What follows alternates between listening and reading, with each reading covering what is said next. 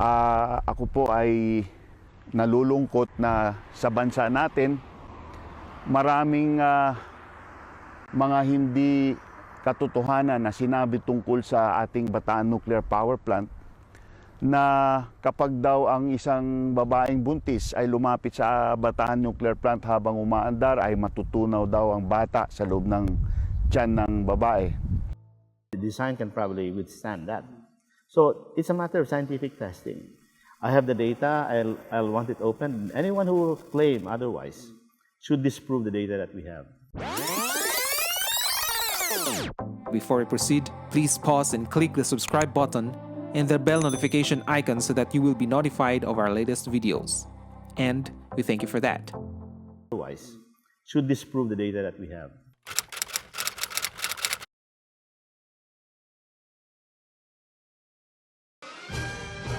Ito ay ang Bataan Nuclear Power Plant na huling na inspeksyon para sa kaligtasan noong 1985 ng International Atomic Energy Agency. Inaasahan sanang makapagbigay ang planta ng 623 megawatt na kuryente, ngunit di pa rin ito binuksan simula noong nangyari ang 1986 EDSA Revolution. Ang nuclear power plant na ito ay tinaguriang pinakauna sa Southeast Asia.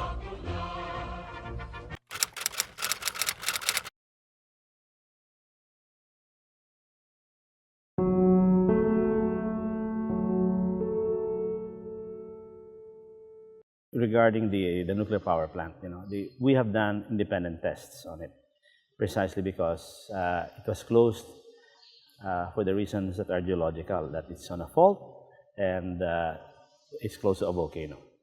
I could not accept that a $2.3 billion plant could have geological reasons for not being operated. So I have done independent tests, which I funded myself. These are gas tests, electrical resistivity, seismic refraction, just to prove or disprove if there is a fault. Because if there's really a fault if the plant is built on the fault, then it should not be operated at all. But if the fault is some distance away, then it can be engineered. The design can probably withstand that. So it's a matter of scientific testing. I have the data, I'll want it open. Anyone who will claim otherwise should disprove the data that we have. Because once the fault moves, the fault is very deep. It's several meters or maybe several hundred meters, maybe to a kilometer. So any time it moves, if you're on top of it, masisira talaga siya. What you do to evaluate these things, so if you're not on the fault, what is the minimum distance that you should have? It will depend on what we call the peak ground acceleration. Because once a fault moves, there's going to be acceleration on the ground. Now the PGA, the peak ground acceleration, you design on that. So for example, is the plant, I think, designed to 0.4 G, which means that it can resist seismic forces equivalent to 5 meters per second or 4 meters per second. Now, the closest fault to the plant, if ever it exists, is the Lubang or the Lubao fault.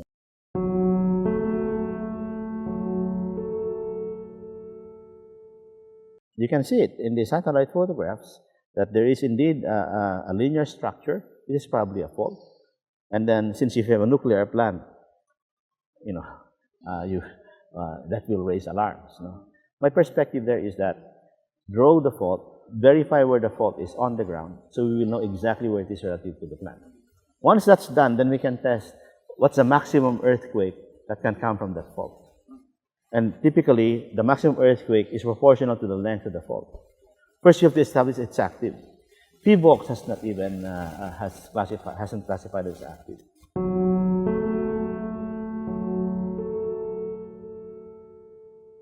In fact, in my opinion, they should be the one to have the final say on this. If there was an active fault, it's been closed for 20, 30 years. It should have expressed itself in the surface. None.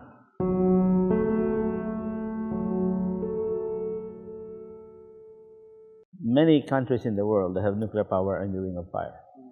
Japan has 55 nuclear plants, it's a ring of fire. Taiwan has, it is in a ring of fire. A lot of Europe, not necessarily ring of fire in faulted areas,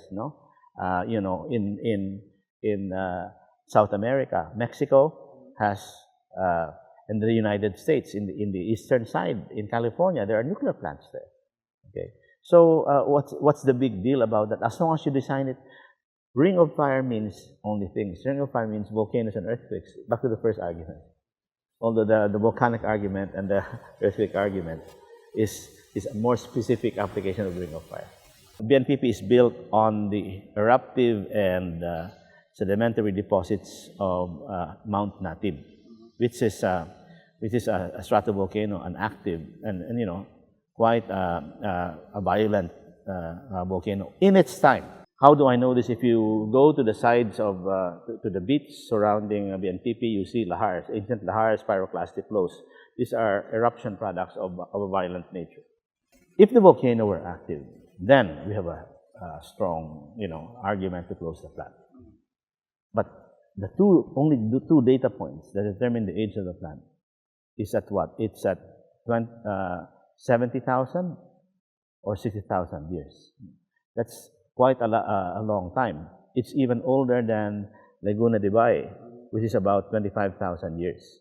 And people are not even aware that Laguna de Bay, which has produced all the adobe in Metro Manila, is a volcano. So again, you know, why use a geologic reason when you know it's weak? And this is my my challenge to those who are opposed to the plant. Let's put all the evidence aside. Let's put ideology aside, because this is science. What's the age of the volcano? What are the chances of it erupting? For the fault, what's the distance to the fault? What's the maximum earthquake? These issues are measurable. There should be no emotions in this.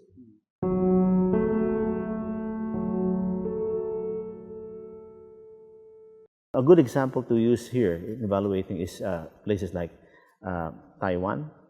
Taiwan is a lot more tectonically active than us. But Taiwan has very, very low power rates. It's one of the most advanced countries in the world, right? And they have nuclear power. You know, as I've said, BNPP was never used. So people say it's old. It was never used. There are very few moving parts in a nuclear plant. So how can you say that it's old? You know, there are 460 plus nuclear power plants in the world. We can get the median age of them. And then, you know, BNPP will probably be better designed than more than half of those. So, you know, what's the problem? And in the United States, they have far older plants that are being recommissioned and extended and extended because nothing has happened to the plant. Okay. Now, personally as a geologist, why am I for nuclear power in the Philippines? I'm a geologist, and then we look for mineral resources. We are, for example, the #1 supplier of nickel in the world, and nickel is used in stainless steel manufacture. And to make stainless steel, you need 3 elements: iron, nickel, and chrome. We have the 3 elements in the Philippines. But we cannot even have a steel plant because power is expensive.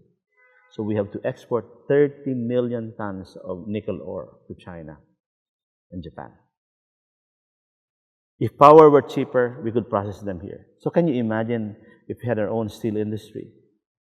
It's insulting for the Filipino that even the simplest nail has to be imported, and probably the ingredients of that came from the Philippines.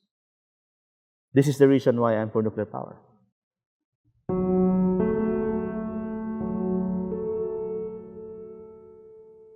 Ask your relatives who are abroad, #1. What is the cost of power where you're working? The cost of power relative to your take-home pay. And what is the cost of power here in our country to the take-home pay? That is a very important decision. That's #1. Then, second, you can ask those people in those countries, is there a nuclear plant where you're working? Maybe you're not aware, but there's probably one. So, you feel safe working in a country with a nuclear plant. Why can't you feel the same here? And would you agree to the insulting thing that the Filipinos can't handle technology? There are 10 million Filipinos abroad. Of course, that's a mix of, seamen, maybe domestic workers, caregivers, but many engineers. I can tell you, if we build a good nuclear power plant with good pay, they'll come back.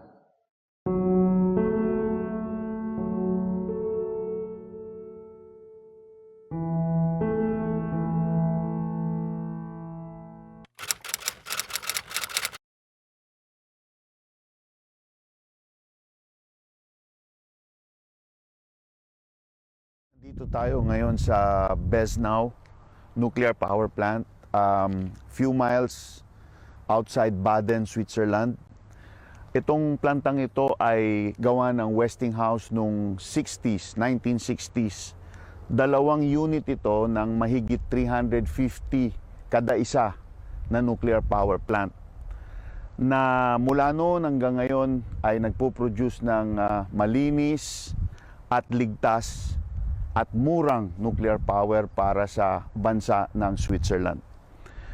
Mas luma po ito sa ating Bataan Nuclear Power Plant, at kaya po ako nandito para ipakita na wala pong nangyayari sa kapaligiran. Ang tubig dito ay hindi napopollute nitong nuclear power plant na ito. May isda dito sa ilog na ito, nagfi-fishing ang tao rito, nagpi-picnic ang tao, kuminsan nagsiswimming dito sa ilog na ito, at walang masamang nangyayari.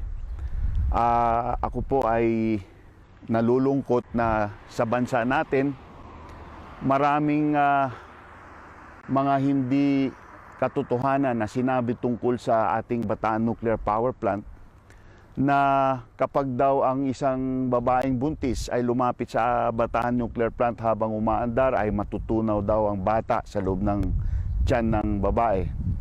At ang mga isda sa dagat dahil sa cooling water ay mamamatay at masisira ang kalikasan natin.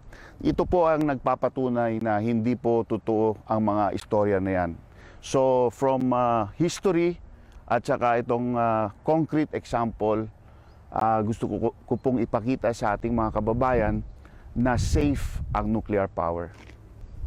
Doon po tayo nanggaling kanina, nakita natin itong Medyo Nuclear Power Plant mula doon sa kabila. Nandito naman tayo ngayon sa kabila, at kung mapapansin nyo, nandyan po ang discharge ng cooling water nitong nuclear power plant na ito.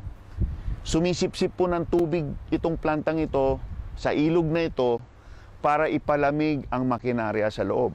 At pagkatapos pong napalamig na ng tubig, lumalabas po yung tubig at dito rin tinatapon sa ilog na ito na mas mainit na, siyempre dahil na-absorb na yung init ng planta. Gusto ko po sanang ipakita sa inyo ito para makita nyo mismo na walang masamang nangyayari dito. As a matter of fact, kung titignan nyo po dun sa baba, merong isang tao na nakatayo sa isang boat na maliit na nagfi-fishing. At ang balita ko po rito ay kinakain po ang isda na huli dito sa ilog na ito. Mamaya po, bababa po kami dyan, at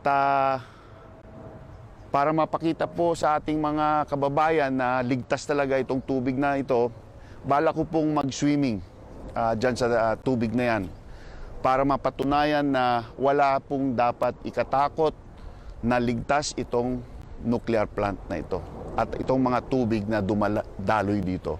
Galing po doon ang tubig papunta dito. So dito po tayo sa downstream ng discharge ng cooling water nitong plantang ito. Kung titignan nyo po itong sa harap ko, meron pong simbahan dito at may malaking community na nakatira dito sa tabi nitong power plant na ito.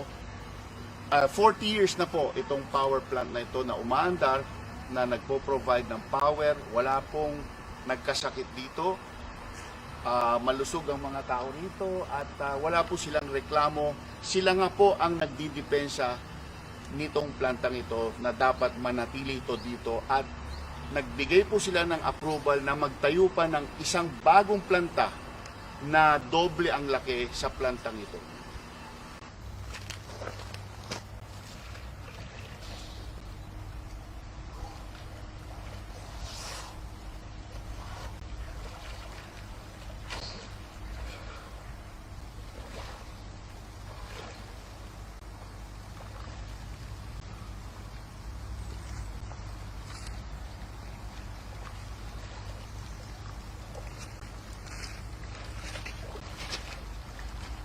Kung papasok kayo, mararamdaman nyo na dito sa malapit, malamig. Ngunit banda doon kung saan ako napunta, merong dumadaan na mainit na tubig na galing sa planta. Feel na feel mo yung init na tubig na galing sa planta. And so, sana napakita ko today na walang big deal dito sa pagkaligtas ng tubig na dumadaan sa isang nuclear power plant. Yung sinasabi sa atin na mga masamang mangyayari, hindi po totoo yun. As a matter of fact, naniniwala po ako na itong tubig na ito ay napaka-safe na pwede itong inumin. Gusto ko rin pakita na itong tubig ay walang contamination na galing sa planta. Kaya, ito po.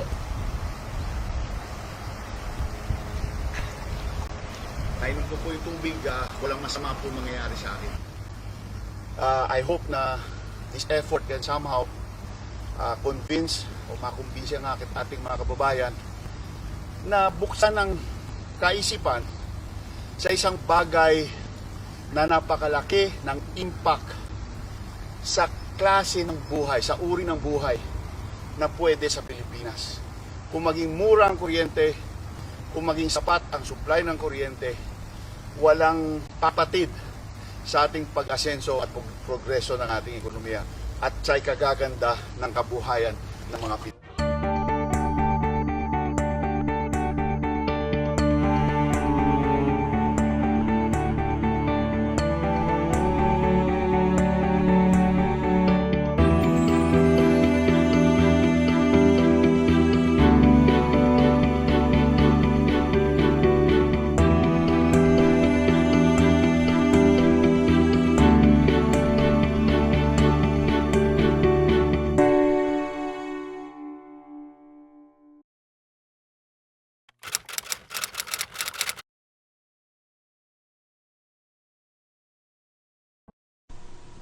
Ang kabilin-bilinan ko kay Mrs. Corazon Aquino ay pagpatuloy ang Bataan Nuclear Plant kung maaari.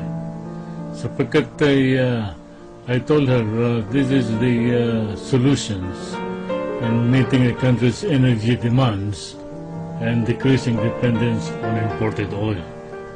Ngunit ayaw niyang tanggapin ang aking mungkahi. At maalala daw ng taong bayan si Marcos habang andyan ang Bataan Nuclear Plant. Anong klaseng pag-iisip yan? Ayan ay paghihiganti. Huwag natin idamay sambay ng Pilipino. Kanya balang araw makikita ninyo 20 years from now, backstop na ang Pilipinas.